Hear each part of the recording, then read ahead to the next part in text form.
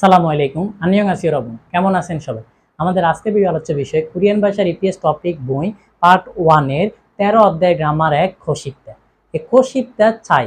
খোশিপ্তা অর্থ কি? ছাই। এই খোশিপ্তা ব্যাকরণটা ছাই অর্থ কিভাবে বসে, কিভাবে ব্যবহার করা হয় সেটা নিয়ে আমরা আজকে আলোচনা করব। চলেন শুরু করি। আমাদের আজকে আলোচ্য বিষয় 13 অধ্যায়। 13 অধ্যায়ের গ্রামার 1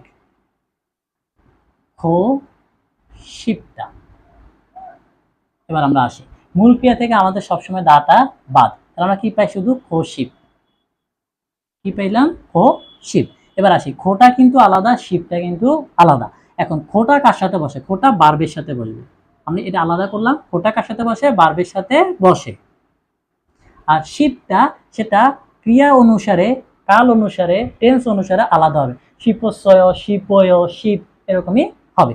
এবার আমি যদি দেখাই যে বার্বের সাথে গোটা একটা পার্টিকেল হিসেবে বসে যাবে আর শিপটা আলাদা থাকবে। যেমন আমি যদি বলি খাদা, খাদা অর্থ কি? যাওয়া। খা যাওয়া। আমি কি করব? মূল ক্রিয়ার সাথে কি করব? দা দা বা দর পরে গোটা কি করব? একসাথে করব। আমি এখানে লিখছি বার প্লাস গো, তার আমি কি করলাম? খোটা একসাথে করলাম, খাগো, খাগো শিপ। তাহলে এখন কি দ্বারা অর্থ?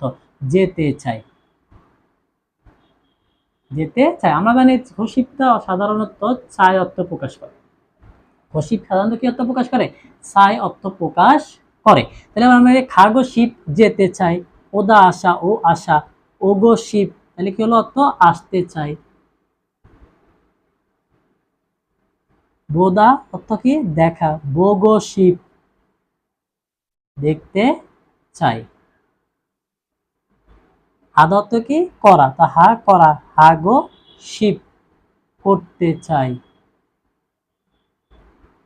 আমরা কি পাইলাম? যে খো শিপটা, যে খো আর শিপটা থাকে, এখানে আমরা কি করবো? খোটা যেটা থাকে আলাদা, সেটা কি সাথে হবে? বার্বের সাথে অ্যাড হবে, শিপটা আলাদা বসবে। সেটা আবার ক্রিয়া অনুসারে, কাল বা টেন্স অনুসারে আলাদা হবে। শিপেও চাই, যেমন খাগো শিপেও যেতে চাই, হাগো ওগো শিপেও আসতে চাই, ভোগো শিপেও দেখতে চাই, হাগো শিপেও করতে চাই। আবার হাগো শিপস্য যেতে চেয়েছিলাম, ওগো শিপস্য আসতে চেয়েছিলাম, ভোগো শিপস্য দেখতে চেয়েছিলাম, হাগো শিপস্য করতে চেয়েছিলাম। আমরা কি বুঝলাম? যে খোশিপটা ব্যাকরণের মূল অর্থ হলো ছাই। খোটা সাধারণত বার্বের সাথে কি হবে? যুক্ত হবে, আর শিপটা আলাদা বসবে। ক্রিয়া অনুসারে সেটা শিপটা শিপস্যয় শিপয় হবে। তাহলে আমরা কি পেলাম? খাগো শিপ যেতে চাই, ওগো শিপ আসতে চাই, ভোগো শিপ দেখতে চাই, হাগো শিপ করতে চাই। তাহলে খোশিপ্ত অর্থ ছাই অর্থ প্রকাশ করে।